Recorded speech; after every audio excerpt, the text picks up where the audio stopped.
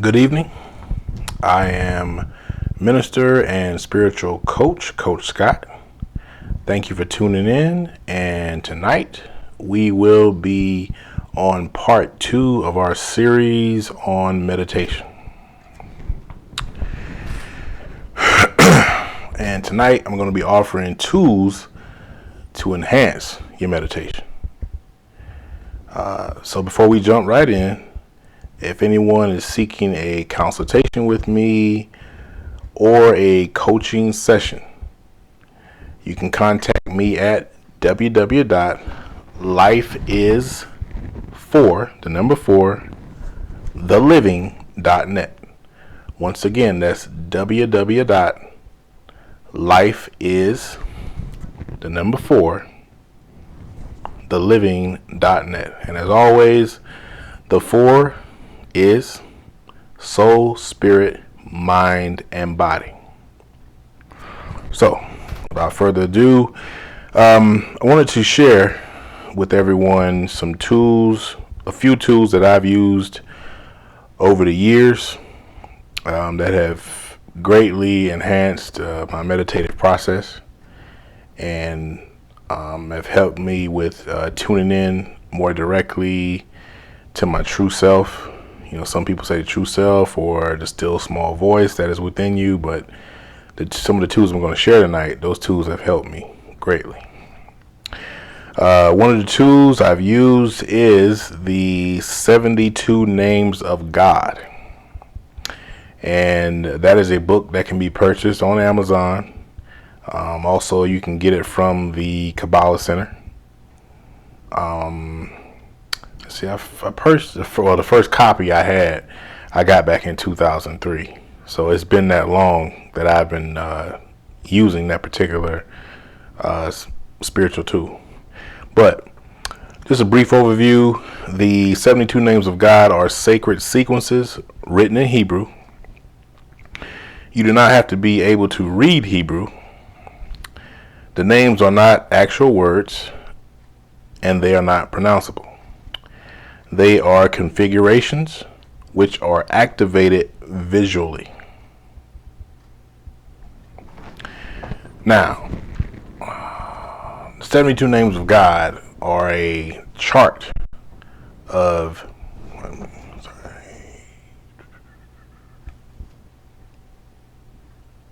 notes. 72 Names of God, once again, are sacred sequences that are written. And with Hebrew, you're always going to scan from right to left.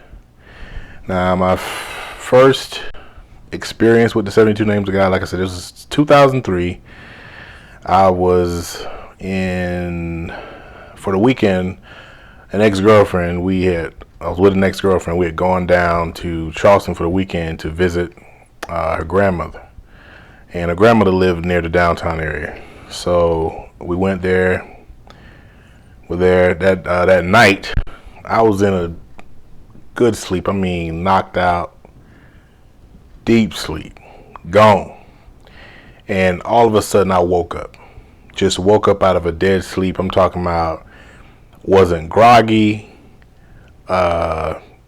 just was alert, like crazy alert.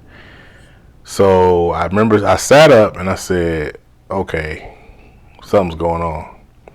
So I grabbed the 72 names out of my bag and I came out of the bedroom, so I went in the bathroom and I just sat in the bathroom and I started scanning them from right to left, right to left, right to left. And whatever that energy was that had came up in there, it was not good. Like I could feel it. You know how when a negative presence is around, it's almost like you feel it in your bones, like you feel that fear. So I just sat there for like 10 minutes, just started scanning them back and scanning them. So after 10 minutes, came out of the restroom, went to go lay back down. So right when I had laid down, I took the book, sat it down, laid down. As soon as I laid down, third eye pops open. Boom. And where the front door was, there was like a steel security door where it's like, it's metal and it's got like the plexiglass. So I saw the astral form of the door open, and then it closed back, and then there was a gate that you had to open that gate, and then that gate, I saw the gate open by itself, and then whatever it was, I could see this form like starting to head up the sidewalk. But right at that moment, when that gate opened, it was almost like a vacuum, like something just went like just like that. And whatever it was, it got up out of there. I mean, it was gone. So that the next morning, I remember girl was talking about it, and I was telling her what happened. She was like, well, what did you do? And I said, no, I grabbed the 72 names, and I went in the restroom, and I just started scanning them, and whatever was in there, it got up out of there. So they're not only a tool that can enhance your meditative practice, but it can also provide protection. So that was one story I wanted to share as far as the protection goes. Another one, which was I'd probably say it's been about a year. I had been using them. Like, I had set a time. I told y'all, your meditation is going to work when you set a time for yourself. So noon, it didn't matter what I was doing. I'd come downstairs, light my incense, get my music going, grab my 72 names, start scanning them.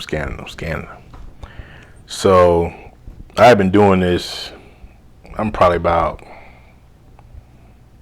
3-4 months in. I just made it a daily practice of doing it. Well, a buddy of mine, we hadn't talked in a while, and he's an energetic healer. So he had called me up. He's like, hey man, what you got going on? So I was like, what you talking about? He's like, man, dude, I've been meditating. He said, man, you've been coming up like visions of you, man. He said, he said, man, your aura, man, I'm seeing like these, it's some type of lettering in your aura. He said, I don't even know what it is. I said lettering. He didn't say it. He's like, man, it's like some odd looking shapes in your aura, but it was the lettering. So now he's an artist too. So he actually drew a picture of what he saw in my aura. And then he said it was like a bubble around you, like a white bubble. So anyway, when he sent the picture, I looked at it and I started laughing. He said, man, what is that? And I told him, I said, nah, man, it's the 72 names, man. I remember I told you about this like a little minute ago. And he was like, man, it does that? And I'm like, yeah. He's like, yo, I gotta get a copy of that. So anyway, not only that's just, once again, protection, but also, if you remember in video 1, I talked about the monkey mind. And man, it clears all that up, like just by scanning them, because visually they get activated. So just by scanning those sacred sequences of Hebrew, it works. So that's one tool. Well, the first tool I actually wanted to share with you guys, but I know for a fact that works. And with the 72 names, I mean, it's a different one in there for practically anything you got going on in your life. I've used, let's see, share one of y'all. Okay. And so they have one for stopping fatal attraction. It says, did you ever wonder why you attract so many of the wrong people into your life? It said, with this particular name of God, here you become the high priest in the temple of your own being. Through the power of this name, your soul is imbued with divine energy, and evil people are banished from your presence. Now, this is one that I have used right before I've gone into meditation. So this one works, and I've done it just to banish negative energy. I'll share another one with y'all. Let's see, they got one. Let's see.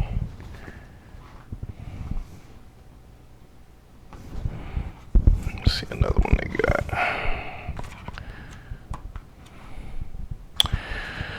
It says, if we feel our skin crawl, the hairs on the back of our neck stand on end, or an uneasiness as we enter a place, it is usually a result of negative forces in our midst. The name neutralizes these forces. In this particular name, banishing the remnants of evil, all negative forces are expelled from any places in which you dwell. The light of this name deactivates negative energy and cleanses your environment. Now, I've used this one a few times. This is what it looks like. Got a serious glare going on, but this is the 72 Names of God, and you can purchase this off Amazon. You can get it from the Kabbalah Center, but this is a tool that works, and I greatly recommend it. Once again, that's the 72 Names. Another tool.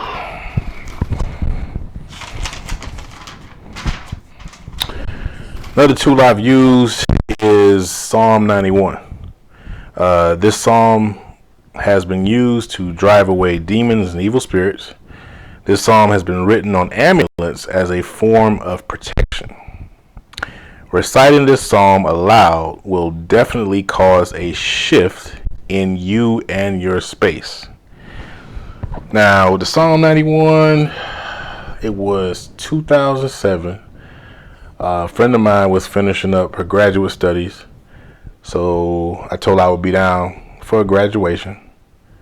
But what was wild, probably about, it was like a month before I went down, because I let her know, I said, no, I'm gonna be there for you, and I went down. But it was a month before that. But how I came to understand the power of this particular song, intuitively I had gotten Psalm 91. So every day I would come home from work, I'd go out on the patio and I would recite the psalm 3 times to myself. And the first thing I noticed was all this energy around my crown area of my head.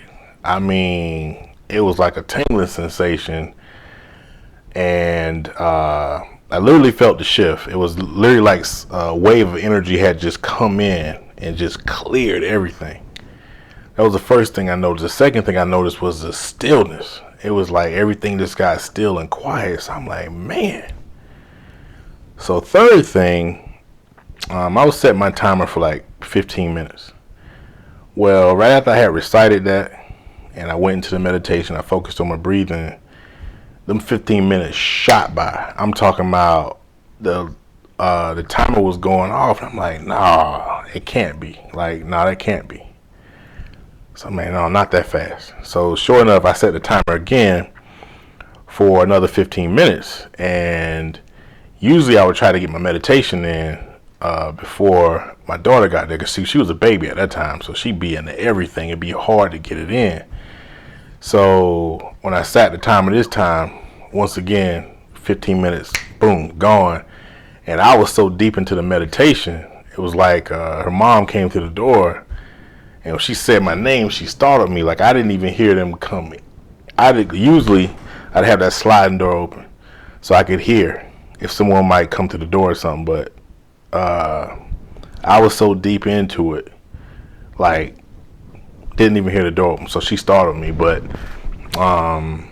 just the clarity and the clearness of mind after reciting that song, very, very powerful.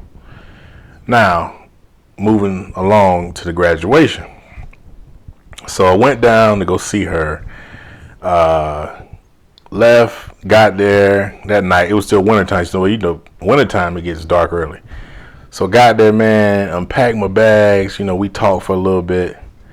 So he's like, well, hey, we'll just talk in the morning. We go grab some breakfast or something. So anyway, I go to sleep. Well, I go into this deep sleep. So the vision I had, this little girl came up to me. And the little girl just kind of grabbed my hand. So I'm walking with the little girl through the house, and she takes me into the basement. So we go down into the basement. So the little girl, I'm looking at her, she's looking at me, so she points to the corner. And right when she points to the corner, I'm looking, she's gone. So I'm like, okay, that's kind of strange. So right at this moment, this man comes out of the corner screaming at the top of his lungs, like, ah, like this. I'm like, man, like, before I could say or do anything, my hands go out. And a golden book, which I'm going to say was the Bible probably. That's what I'm thinking. But it appeared in my hands. And, man, I started beating this joker to the ground with it. I'm talking about, like, boom. But every time I hit the dude, it was like sonic wave, like a sonic boom, like, boom, boom. So the dude, like, hit the floor of the basement. And he's like, no, stop, please, stop hitting me. So, man, it was so powerful. I'm like, whoa. So right at that moment when he said stop hitting me, my hands came back to me, and I'm just standing. Next thing I know, I'm coming up out of my sleep. So she burst out the room and says, Barry, nah, don't leave. And it started me so bad, so I jumped. She said, no, don't leave. And I said, what? She said, nah, don't leave. I had this dream that, you know, you was fighting something in here, and you was about to roll out. I was like, man. So I'm like, what do you have going on up in your place? Like, because I'm like, man, I'm about to get back on the road, man. So anyway, she had shared with me that it was like, you know, how people said things go bump in the night. Well, it was some activity going on in her place. So she had been afraid, you know, at night being there by herself, but she had a roommate, but it was wild. So we ended up going to breakfast, and then she told me everything that was going on. So to bring the story full circle, to tell you how powerful this particular psalm is, not just with, you know, the stillness and clearing yourself, but, you know, from what I just shared with you guys, how it cleared the space. We went, got breakfast. So later on that evening, the graduation was later on that evening. So we went to the graduation, went out that night, celebrated dinner. Then the next day, we just kind of hung out. So we went to the mall, got something to eat, did a little shopping. She said, hey, why don't we go to the movies? So I said, all right, cool. So we went to the movies. And in the movie, this lady was being haunted by this spirit. And the brother in the movie, it was a movie with Idris Elba. But he was like I don't know if he was a preacher or like a priest in the movie, but he had sought the help of this rabbi. So he went and found this rabbi. Man, listen. He goes and gets the rabbi, and the rabbi, they start preparing the ceremony to help the young lady out, the woman in the movie, and they're using Psalm 91. So me and her are sitting in the movies, and we both just go, just look at each other like, oh my gosh. So just to show y'all how it all came full circle, going all the way back to a month before I had got down there, and intuitively I had gotten used Psalm 91 for my meditation. So powerful psalm, works, clears your space, gets you in that meditative mind. Yeah, so I definitely recommend Psalm 91. And you can I've used the King James Version, NIV, New International Version. I've used it and it works. So that's another tool I wanted to share. Next tool I've used for meditation would be the Zohar. Now, you're on your spiritual path. A lot of people only know probably about the Bible. Well, in the Kabbalah, which is Jewish mysticism, that's what they call it. But you can do your research. Some of this stuff comes out of ancient Egypt, you know. So you got the Kabbalah, you have the Torah, and then you have the Zohar. Now, when I shared about the tool The first two I used was the 72 names. Well, I would scan my 72 names, and then I would read the Zohar. Now, let me give y'all a little brief story on that. So, let's look at my notes. The Zohar is a wellspring of spiritual energy, a fountainhead of metaphysical power that reveals, explains, and brings blessings, protection, and well-being into the lives of all those who read or peruse the sacred text. The Zohar is an instrument for refining the soul and removing darkness from the earth. You can get the text in Hebrew and Aramaic. Hebrew and Aramaic. Now with the Zohar, the passages will be written in Hebrew or Aramaic, and you will scan it from right to left. Aramaic is the sister language of Hebrew. So it's a spiritual language just like Hebrew is, or even Sanskrit. I've used the Aramaic version and I've used the Hebrew version, and they're equally just as powerful. I've scanned those right before I went into my meditation, and same process, a lot more clarity. The mind actually quiets down, calms down, and I was able to go into my meditation. Not only go into my meditation, but I was able to actually hear my true self a lot clearer. Just getting confirmation throughout the day, which when you're meditating, that actually speeds that process up of connecting to your true self, receiving information from that actual real part of you, your soul. You're going to get that. But the Zohar packs a punch. At this time I was staying on the side of town that wasn't particularly too good. I don't know if it was just that area or just the place where my apartment was, but man, I'd have like sometimes like some nightmares, some crazy dreams popping up, man, nightmares. Sometimes, just hearing things, I'm like, man. So when I had ordered the text, I ordered them from the Kabbalah Center, which you can get them from the Kabbalah Center, eBay. There's another one, I think it's called Abe Books, Amazon, and usually the Kabbalah Center runs a sale on them every year. They have some type of special, but they actually give you a scan chart that comes with the Zohars, and it'll tell you what each book is for. I mean, if you're a serious student and you're really trying to blaze a trail on your spiritual path, Zohar is where it's at. I mean, it's a book for everything. It is literally a book for everything. But at this time, like I said, I was having some nightmares. There's a little spot I was living at that side of town. So when I got the scan chart, I actually downloaded the scan chart. Went to the Kabbalah Center, downloaded the scan chart, and I want to say it was one in the box when it came. I'm thinking it was. Yeah.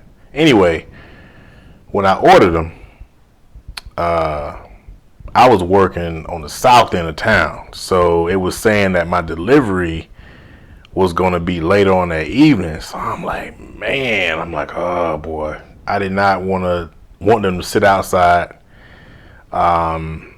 Didn't know if my girl was going to come over later that evening or not. So I'm like, man, these books about to be outside. My neighbor wasn't home, so I'm like, man. So I remember I went upstairs, took my shower. So I was saying a prayer when I was in the bathroom. Man, I'm about to roll out. I done packed my lunch, about to head to work. I go outside, the books is right at the door. But when I was doing the tracking on it, it said it wouldn't have been till later on that evening. So man, I'm ecstatic at this point. Grab them, take them in the house, and got in the house, opened them up, looked over the paperwork.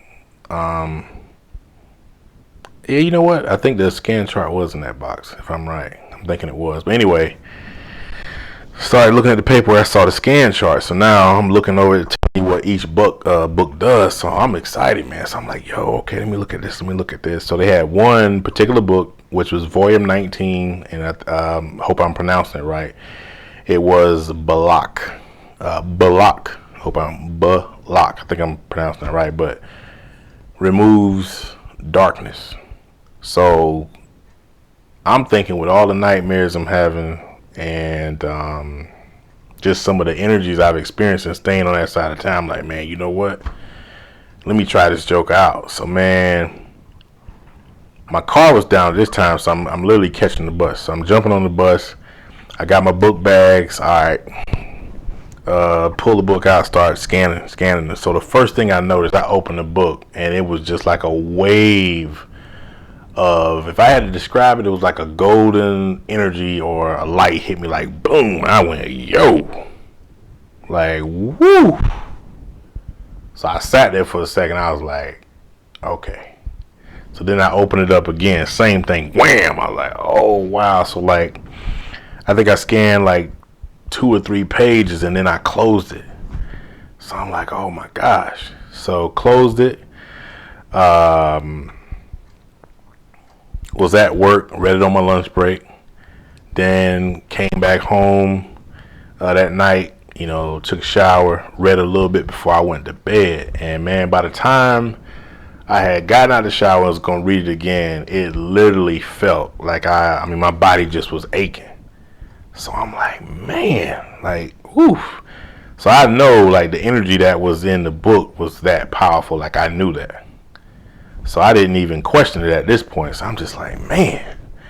So, anyway, a buddy of mine, he had gotten them round about, I think he might have ordered his, like, no, his might have came, like, maybe a week after mine. Or maybe 2 weeks. So anyway, the next day I went to go visit my godmother. She works at a metaphysical bookstore. So went to go visit her, and there was a Reiki practitioner there. So man, me and her started talking, just having regular conversation. So now I hadn't shared my experience of what happened when I was looking at Volume 19. Didn't share that experience. So we got upstairs, and I was up there talking to her, and she goes, hey, did you like have like a activation or something? So I'm like, what are you talking about? And she was like, man, she said the amount of energy that's like radiating off of you right now, it feels like fire, like it's like really warm. And I'm like, I don't think. And I said, whoa, wait a minute. So that night, like I said, I felt so much energy coming out of the pages of the text. So that night I read a little bit before I went to bed, but I remember the sensation I felt. It literally felt like fire had gone up my back, and I felt it come up to the back of my head, and it felt like my head was on fire. Like, that's literally what it felt like. And man, I'm talking about, I slept so good that night. Not only sleep, but dreams were like crystal clear. Like I actually woke up in a temple. So it was wild. Like I actually woke up in a temple in a dream. But it was amazing. And I mean, I'm still using it, this particular tool, the Zohar. So not only is it protective, but it also clears you. So like I said, that particular side of town I was staying at that time, it was a negative side of town, negative energies. Maybe it was just the apartment complex I was living in, but things did get better after that. Like it really did. It really got better after that. So meditations were good. Once again, I was able to go deeper, just based off of some of the visions I was having, the dreams. So this is another tool I would greatly recommend, and this is the Zohar. So with that being said, I want to thank you all for tuning in and checking me out. Once again, this is Minister and Spiritual Coach, Coach Scott. And once again, if you are desiring a consultation or a coaching session, you can contact me at www.lifeisfortheliving. Once again, that is www.lifeis4theliving.net. And as always, the 4 represents soul, spirit, mind, and body. Thank you all for tuning in, and do not forget to smash the like button. Thank you. Good night.